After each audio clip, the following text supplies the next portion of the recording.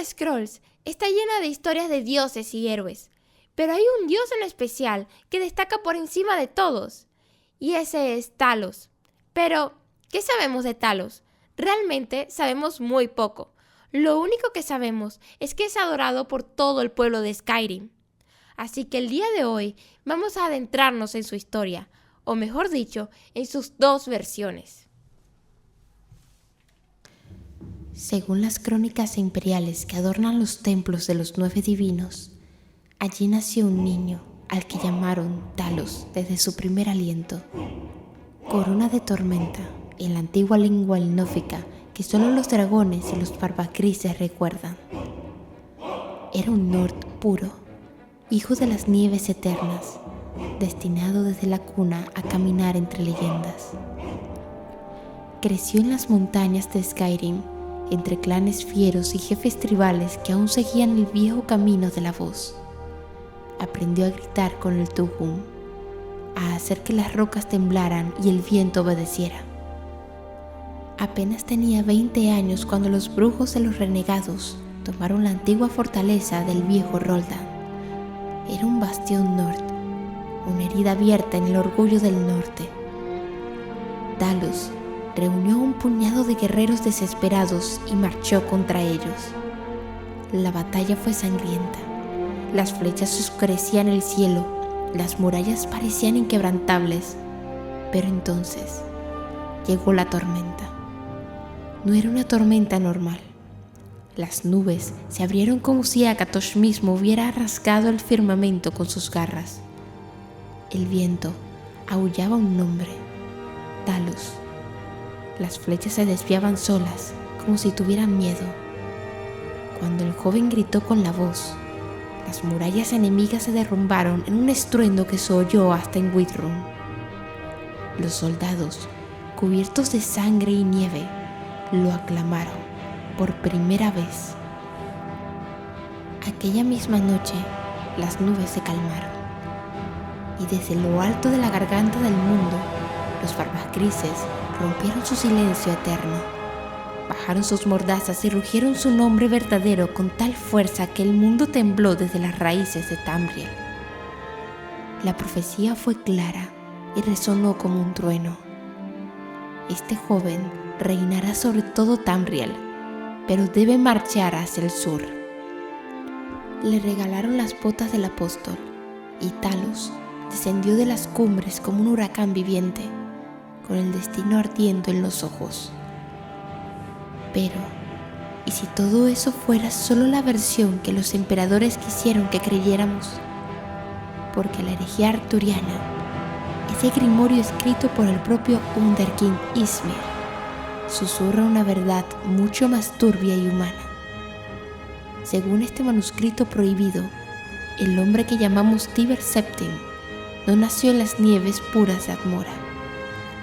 Nació como Yalti, barba temprana, en las islas de Alcaire, en High Rock. Un joven de sangre Nord mezclada con bretona, criado entre los acantilados azotados por el mar. No era un niño profetizado del norte, era un táctico astuto que servía bajo el rey Culecain de Cyrodiil. En la batalla del viejo Roldan, Yalti estaba al borde de la muerte.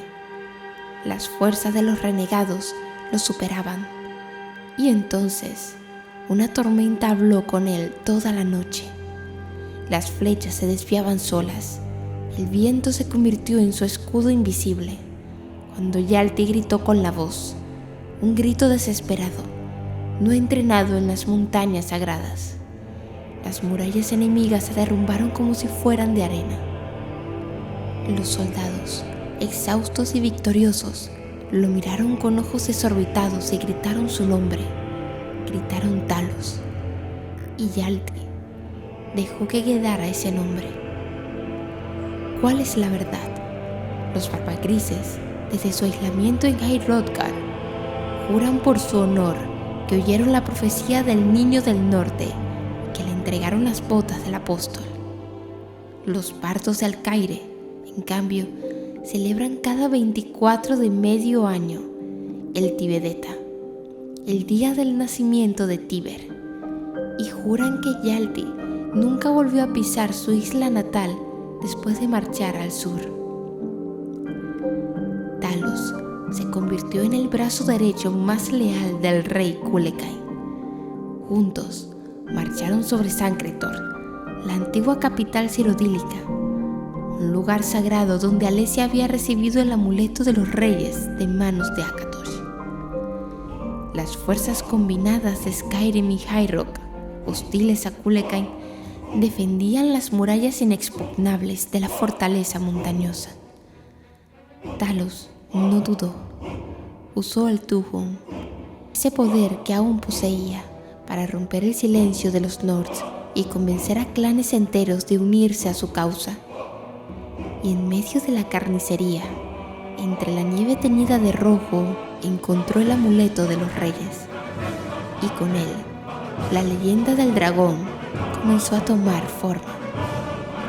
Pero el poder, como siempre en Tamriel, cobra un precio alto y sangriento.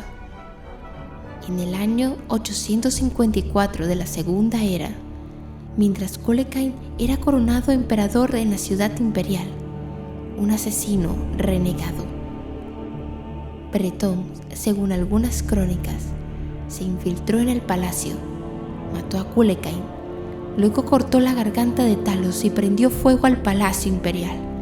Las llamas devoraron todo.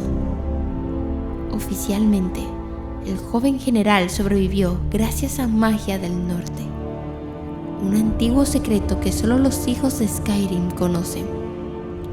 Pero el precio fue terrible. Perdió su voz para siempre. Ya no podía gritar con el Tuhum y adoptó el nombre de Tíber Septim y el título de Ysmir, el dragón del norte. Ahora, la herejía arturiana abre sus páginas oscuras y nos muestra la sombra que nadie quiere ver. Talos ya no estaba solo. A su lado se movían dos figuras que cambiarían el destino de Tamriel: Surin-Artús, el brillante mago de batalla imperial, maestro de las artes arcanas y el espíritu inmortal de Wulfart, el antiguo rey alto de Skyrim, conocido como Ysmir el viento gris. Talos era la cara pública, el guerrero carismático, el líder que los soldados seguían hasta la muerte. Surin-Artús era el cerebro, el hechicero que tejía estrategias imposibles y manipulaba la magia como otros manipulan espadas. Y el Wunderkind, Wulfart, el poder bruto, el rey no muerto que recordaba las antiguas glorias Nords y que aún ardía de rabia contra los elfos. Juntos crearon la ilusión perfecta de Tíber Septim, un solo hombre invencible. Y aquí llega la primera traición que la herejía no perdona. Según el Wunderkind, no fue un asesino renegado quien mató a Culecain. Fue el propio Talos quien lo eliminó en secreto y luego se cortó su propia garganta para desviar las sospechas. Prendió fuego al palacio y culpó a asesino de High Rock. Así, el camino al trono quedó libre y Tíber Septim surgió de las ruinas humeantes con la corona de Culecain en una mano y la otra presionando su herida sangrante. Las legiones lloraron al verlo y el imperio tuvo un nuevo señor. La sangre ya había manchado el suelo, el viento ya había elegido su corona y el verdadero vendaval estaba a punto de desatarse. La guerra tiberina, también conocida como la conquista talosiana, duró más de 40 años y fue una tormenta de acero y fuego que nadie en Tamriel pudo detener. No fue solo una guerra limpia, fueron docenas de campañas, alianzas rotas, traiciones y batallas que cambiaron el mapa para siempre. Primero cayó Skyrim. Los Nords, que habían visto al joven Talos gritar, respondieron a su llamada como lobos a la luna. Y en pocos meses, Los clanes del norte juraron lealtad al dragón del norte. Las antiguas fortalezas Nords abrieron sus puertas sin necesidad de asedio. Después vino High Rock. La tierra de los bretones era un laberinto de reinos pequeños, intrigas y magos. Tíber envió a gobernadores provisionales y legiones disciplinadas. El caos de siglos se doblegó ante la disciplina coloviana. Luego llegó el turno de Hammerfell. Aquí la guerra se volvió especialmente sangrienta y astuta. El alto rey Dazad II había muerto y sus herederos se destrozaban en una guerra civil. Tíber VII, maestro de la división, apoyó primero a un bando y luego al otro. Cuando las coronas se refugiaron en Stros Makai, la flota imperial, comandada por un almirante legendario y ayudada por el dragón Vassal Nafalilargus, destruyó su última resistencia en la batalla de la bahía de Hundik. Hammerfell cayó, pero nunca del todo. Los guardias rojos juraron lealtad con los dientes apretados y su resentimiento seguiría ardiendo durante siglos. Y al sur, las tierras bestiales no escaparon al huracán. En Elsweyr, las legiones de Tíber arrasaron las ciudades Khajiit. Black Marsh resistió con más astucia que acero. Los argonianos se retiraron a los pantanos profundos, donde las legiones imperiales se ahogaban en barro y fiebres. Tíber fue inteligente, evitó los interiores impenetrables y se conformó con controlar las fronteras norte y oeste. Black Marsh fue conquistado, pero nunca realmente domado. Y Valenwood, los Bosmer, bajo la influencia del segundo Almeri Dominio, vieron como sus Talmor eran aniquilados. Los bosques milenarios temblaron cuando las legiones cortaron árboles ancestrales para construir máquinas de asedio. Los elfos del bosque, famosos por su guerrilla, lucharon con arco y veneno, pero el número y la disciplina imperial fueron demasiado. Para cuando el polvo empezaba a asentarse, solo quedaba un enemigo que hacía dudar incluso al propio Tíber: Morrowind, la tierra de los tres dioses vivientes. El Underkin, ese espíritu furioso de Wolfart, Ysmir el viento gris, presionaba a Tíber sin descanso. El Underkin ardía de odio antiguo contra Vivec, Almalexia y Sotasil, los dioses que habían usurpado el poder de los Tumer y de Lorkhan. Tíber dudaba. Había oído historias sobre los tres dioses vivientes. Sabía que enfrentarlos en campo abierto podía costarle todo el imperio que apenas estaba construyendo. Pero también codiciaba el ébano de Morrowind, el metal negro que podía armar legiones enteras. Y sobre todo, codiciaba el secreto más grande que los Tumer habían dejado atrás. Las legiones imperiales cruzaron las fronteras occidentales de Morrowind. Los Tumer luchaban con ferocidad, invocando a sus ancestros y a los poderes del tribunal. Pero entonces, Vivec, el más astuto de los tres, hizo algo inesperado. Proclamó que estaba dispuesto a hablar de paz. Y así nació el Armisticio de Morrowind, un tratado que ninguna otra provincia recibió. Morrowind conservaría casi total autonomía, sus propias leyes, su religión, su gobierno. A cambio, se convertía en provincia imperial y entregaba el mayor tesoro que los Tumer habían construido jamás: el Numidium, un monstruo de bronce viviente. El Underkin se enfureció como nunca. Para él, aquello era la traición definitiva. Tíber había preferido un pacto cobarde antes que la conquista total que él exigía. El viejo rey espectral abandonó el lado de Tíber y desapareció en las sombras. jurando que algún día cobraría su precio. Pero Tiber Septim ya tenía su premio. El Numidium descansaba inerte, esperando un corazón que lo activara. Y aunque el Underking se había marchado, Suren Arctus ya tramaba en secreto cómo despertar a la máquina. Morrowind entró en el Imperio, pero nunca se arrodilló del todo. Los Dunmer conservaron su orgullo, sus dioses y sus secretos.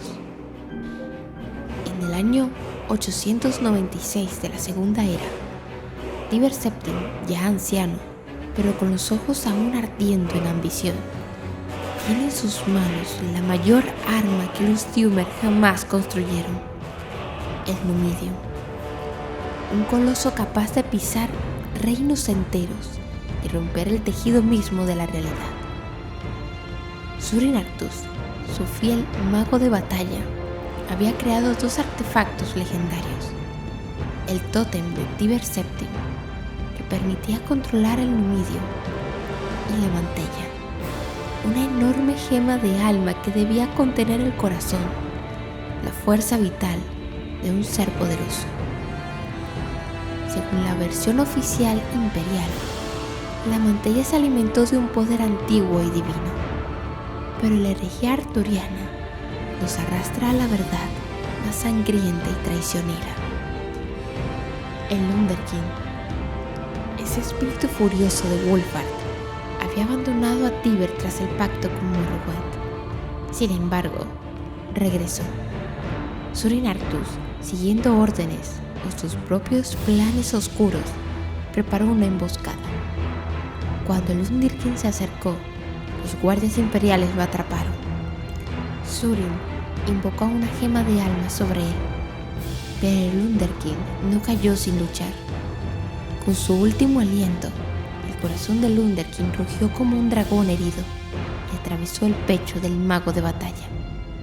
Suren Arctus cayó convertido en cenizas y huesos. Su esencia no desapareció del todo, se fundió con la rabia del Underking, y ese corazón robado, esa fuerza vital combinada, se convirtió en la mantella, la fuente de poder del Numidium. Tiber Septim no dudó. Activó la máquina cerca de Rimmel, en las tierras Khajiit. El cielo se partió en dos. Un rugido ensordecedor hizo temblar el continente entero. El Numidium dio un solo paso, y Alinor, su orgullosa capital de Somerset, cayó en una sola hora. El Numidium marchó a través de Tamriel como un dios de metal. Reinos neutrales fueron aplastados. Realeza que aún resistía fue obligada a jurar lealtad. El continente entero se arrodilló ante Tiber Septim. El primer emperador de Tamriel había nacido. Pero el Numidium no era exactamente el dios que Tiber y los Dunmer habían soñado. Era una máquina inestable, un agujero en la realidad. Entonces apareció el horror, un hechicero no muerto, putrefacto, con ojos que ardían de odio eterno. Era Suren Arctus, o lo que quedaba de él, fusionado con la rabia de Wulfart. El Underking, convertido en una sombra andante, se enfrentó al Numidium, en un duelo que rompió el tiempo mismo. La máquina aplastó al Underking, y la mantella cayó al mar. Y de esa explosión cataclísmica nació el Warp in the West, un dragón roto que retorció la realidad en la bahía de Iliac. En un solo instante, docenas de reinos independientes se redujeron a solo 4: Daggerfall, Wayrest, Sentinel y Orsinium. Ejércitos aparecieron y desaparecieron. Tormentas mortales azotaron las costas. Olas gigantes barrieron el río Yulsai. El cielo se llenó de fenómenos celestiales imposibles. El tiempo se rompió, y cuando se recompuso, Tamriel había cambiado para siempre. Tiber Septim se coronó primer emperador y declaró el comienzo de la Tercera Era. murió en el año 38 de la Tercera Era, a la edad de 108 años, oficialmente de viejo, rodeado de gloria. Pero aquella noche llovió sin parar durante 15 días seguidos sobre la ciudad imperial. Sus artefactos más poderosos desaparecieron, y el pueblo empezó a susurrar en las tabernas y templos que Tiber Septim no murió. Caminó los caminos de la divinidad. Un hombre se convirtió en Dios. Así nació Talos, el noveno divino, el Dios de los guerreros, el patrono de la humanidad. Sus 10 mandamientos resonaron en todo el imperio. Sed fuertes para la guerra, sed audaces contra los enemigos y el mal, y defended al pueblo de Tamriel. En Skyrim seguía siendo Ysmir, el dragón del norte. En Cyrodiil era el más glorificado de los divinos. El hombre que había roto el mundo ahora era parte de él. Durante siglos, el culto a Talos creció como un incendio forestal en el norte. Templos se levantaron en su honor desde Solitud hasta la ciudad imperial. Los soldados imperiales juraban por Talos antes de entrar en batalla. Era el dios que demostraba que un mortal podía alcanzar la divinidad. Y eso era peligroso, porque los elfos, especialmente los Aldmer, nunca lo aceptaron. Para ellos, ningún hombre podía subir al panteón.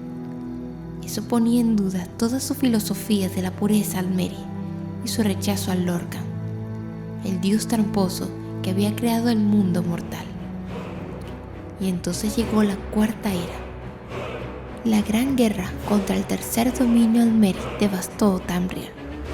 El imperio, debilitado y sangrando, firmó el Concordato de Oro Blanco en el año 175 de la Cuarta Era. Entre sus cláusulas más humillantes estaba la prohibición total del culto a Talos. Los templos de Talos fueron cerrados, los sacerdotes perseguidos, los fieles marcados como herejes. Pero en Skyrim, los Nords no olvidan. En Markarth, el incidente del año 176 de la Cuarta Era encendió la chispa.